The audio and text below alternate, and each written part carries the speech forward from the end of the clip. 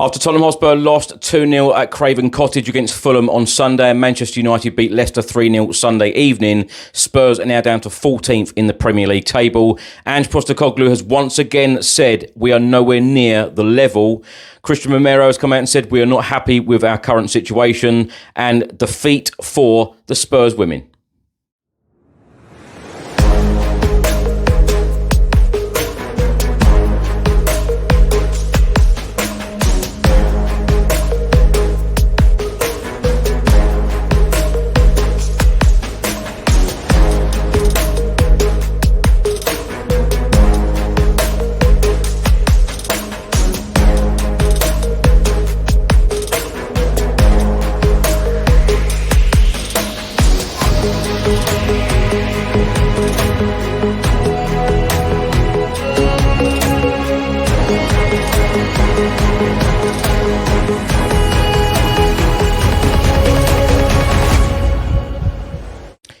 Welcome back to the channel. I hope you're all keeping well. This is another edition of Tottenham News, where I'll be going through all of the latest Spurs news, rumours and reports. If you're watching on YouTube, please do that subscribe button, like, share and comment below. And if you're listening to this on an audio platform, please do that follow button and leave a review if you can.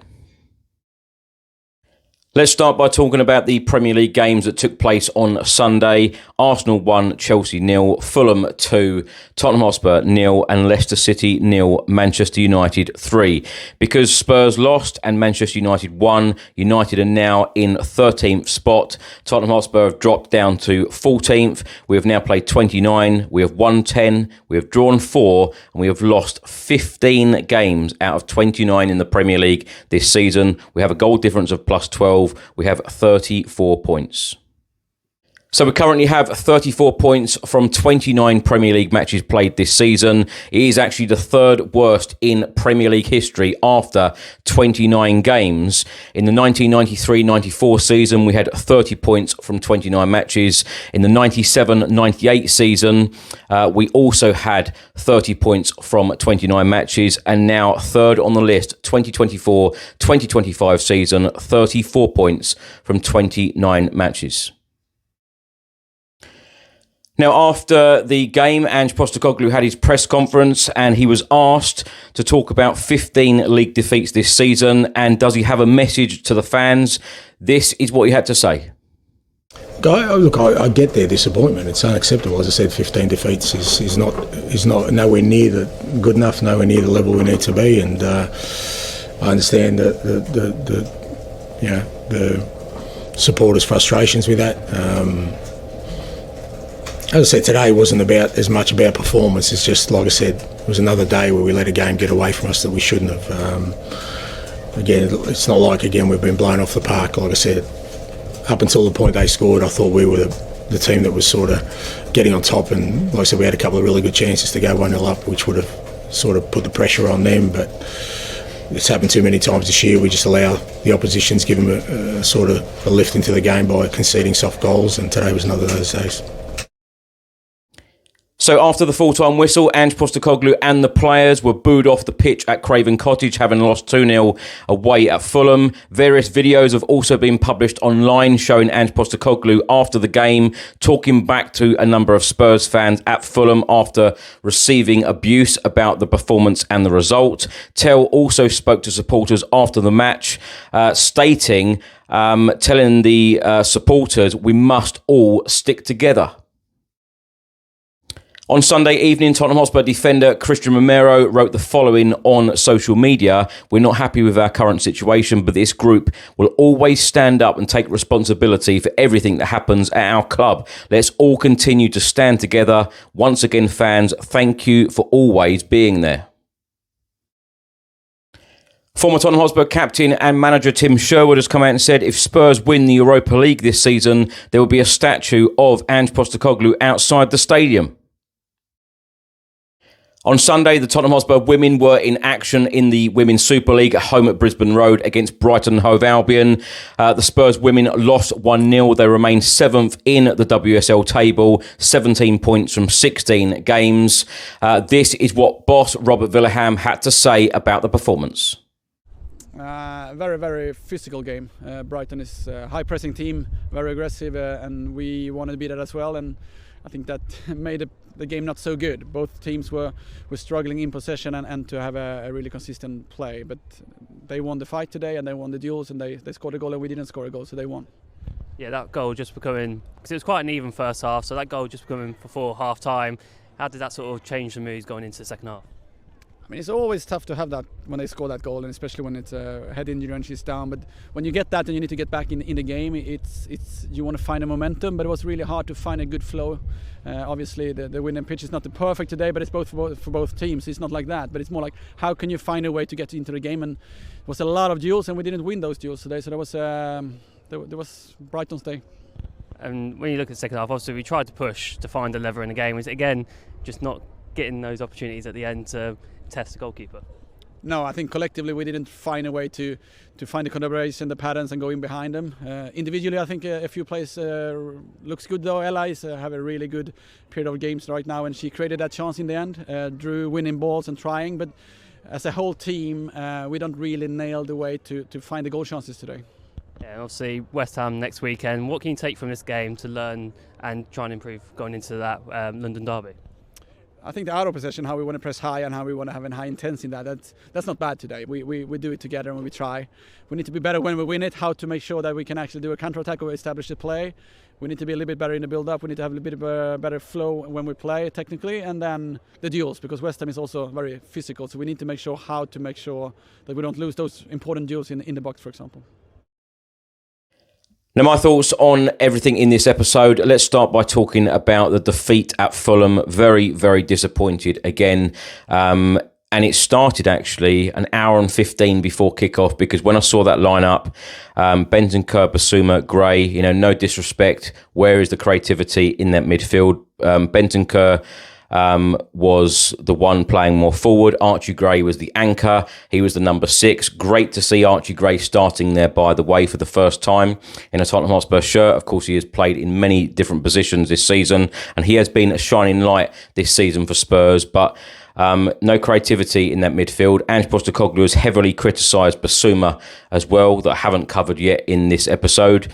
But 7 changes to the team that beat AZ Alkmaar on Thursday. I get and understand Ange Postecoglou's got to make a change here or there, but 7 changes in such an important game.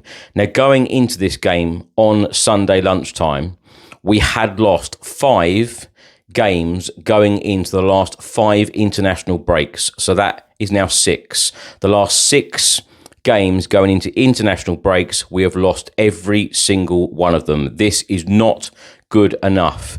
And I just don't understand Ange Postecoglou making 7 changes. I have been a big Ange fan. I've backed Ange Postecoglou all of the way. But when I keep hearing our manager keep saying we are nowhere near the level, why not? Why not? We should be near the level. He has said many times when we get all of our players back, we will be an outstanding team. We were not an outstanding team Sunday lunchtime. In actual fact, I thought we were very average. Yes, Fulham have done well this season, but with our strongest possible 11 on our day, we know that we can beat any team. I'm at a loss really on what to say, because, like I said, I've backed Ange Postecoglou a lot. I've been very sympathetic, as have a lot of people, towards Ange Postecoglou, the situation, injuries, etc., etc. But when the manager keeps coming out every single time when we lose and say we're nowhere near the level, I want to know why not, because it could be argued that, the team put out against a number of these teams that we have lost against or not performed very well why are you not getting better out of some of these players? Ange Postecoglou, in my opinion, and I speak to a lot of fans every single day, especially home games, away games, etc., and all of the Ange fans, all of the people that were very sympathetic towards our manager with the injuries, etc., I feel like they are turning, and there are a lot more now. You go onto social media. I know social media can be very different to actual real life, real people that you talk to, genuine fans, etc.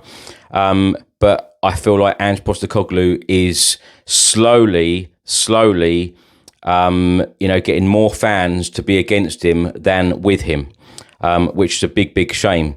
We are holding on to the hope that we are going to go and win that Europa League. We now have 9 Premier League games left. Every single game in the Premier League is a difficult one. Of course, it is the international break now. We face Chelsea next, away. I think every single one of you who listens to this channel on a regular basis knows, because I've gone on about it so often over the years, a very, very poor record against Chelsea, particularly at Stamford Bridge. That's going to be a very, very difficult game. And, those stats, 93-94 season, 97-98 season with only 30 points, and now third on the list of our worst ever, third worst ever Premier League season at this stage, 29 matches, and we only have 34 points. It's not good enough from a lot of these players as well. But 7 changes, I just can't get over. I know I was very upset last season when Ange Postecoglou made, 10 changes, I think it was, at the Fulham away game in the League Cup. We ended up going out of the League Cup in August. I feel like I've been very patient, and I feel like I've been very calm about Ange Postecoglou. I really, really want it to work for Ange Postecoglou, but I think this is the turning point for me. I can't see this working for lots of reasons. Yes, we're putting all of the eggs in the basket of the Europa League. But we have protected players going into an international break. Those players now are going to go off and play international matches and could get injured. This should have been a very, very important game. If we want any chance of getting a European spot via the Premier League, you had to win games like this on Sunday. Had to. And like I say, there's no easy games in the Premier League coming up. So, go with your strongest 11 going into an international break. I just don't understand it. I know Ange Postecoglou said the other day, all the journalists and, all of us fans, we only know 5% of the information. Fair enough. We only know 5% of the information. But, if you're bringing on the likes of James Maddison, Heung-min Son, Odegaard, who had a great game on Thursday, play your best possible 11. Bergvall, for instance, as well. A lot of Fulham fans were rubbing their hands together before the game when they saw that starting 11, because they knew that, we had some top players on the bench rather than in the starting 11, and that midfield wasn't creative enough, in my opinion, which proved to be the fact. Of course, we now go into the international break, sitting in 14th spot in the Premier League. And I know there are still, a fair few positive fans out there saying, well, we've got a chance of the Europa League. Absolutely, we do. Let's hope now that during the international break, our players go off on international duty and do not come back injured, because we need every single one of them to be fighting for Premier League points. And of course, going through past Frankfurt into the semi-finals of the Europa League. I just feel so disappointed. I feel disappointed that the fact that so many people now are not behind Ange, and I can see exactly the reasons why. Team selection, excuses, saying the same old things in press conferences. I feel like I'm getting a little bit bored of it. And I would consider, I'm one of the positive ones. So if I'm bored of it and I've had enough of it, then what's everyone else feeling like? Because normally I take a little bit longer before I make that decision of, okay, enough's enough. It's going to be an interesting one. What else do we have to talk about? Christian Romero's comments, we're not happy with the current situation. I'm sure they're not. Players like Christian Romero, they want to be winning every single game. I would say about Christian Romero, and I know there's been a lot of abuse and criticism aimed to him in the last couple of weeks, particularly being called up to the Argentina squad, etc. Having been out injured for such a time. I would say that Thursday's game against AZ Alkmaar and the game against Fulham, we are seeing that aggression back from Christian Romero that I believe and think that we have missed for a very, very long time, probably the last year or so, actually. I felt like we saw it up until that Chelsea game that he got sent off in Ange's 10th Premier League game in charge. Sorry, the 11th game I think it was, because we were unbeaten in the first 10. So I feel like we've missed that aggressive side of him. I feel like he has been, quite a calm version of himself. But since he's come back from this injury, very similar to Vicario, I feel like we've seen a different version to him. I feel like we're seeing a different version of Romero now, because the tackles that he put in at Fulham on Sunday was back to his old self, and the way that he dealt with Troy Parrott on Thursday in the Europa League, at the Tottenham Hotspur Stadium when we beat AZ Alkmaar 3-1. So I like that side of Romero, and the fact that he's been given the captain's armband as well, he must feel now more responsibility. But some of these players, I think, need to look at themselves as well. They need to give more. And when Ange Postecoglou was even questioned in the press conference by journalists saying, are the players, basically, are the players not playing for the Premier League points anymore, and is it just all about the Europa League? That should not be the case. Any game of football, any competitive game of football, should matter and not be seen as anything else. Every single game is important. Spurs fans want to win every single game, and we live every tackle, we live everything on the pitch because we want to win every single match. But the amount of league defeats this season is really, really poor. And as I say, I feel like Ange Postecoglou is losing fans week by week, which is a big, big shame. Tim Sherwood's come out and said that Ange Postecoglou would have a statue outside the Tottenham Hotspur Stadium if he won the Europa League. What I'd say to Tim Sherwood, without being negative here, is there is a long way to go. Those two Frankfurt games are going to be very difficult, both at home and the second leg away. And then, of course, semi-finals are going to be very difficult if Spurs get through. And then, of course, you have to play a final. So there's actually 5 games left before you can start talking about statues, etc. But I can imagine the comments that are going to be left by you guys about that. Anyway, international break now for 2 weeks. Then, it's actually a little bit longer for us because we play midweek after that. So, yeah, a little bit of time off for Spurs now. Enjoy the international break. Let's hope that Spurs, all of the Spurs players, come back injury-free, and have a good break, everyone. Thanks for watching and thanks for listening. I hope you enjoyed it. If you're watching this on YouTube, please do hit the subscribe button, like, share and comment below. And if you're listening to this on an audio platform, please do hit the follow button and leave a review if you can. Have a good week. I'll see you on the next one. Come on, you Spurs.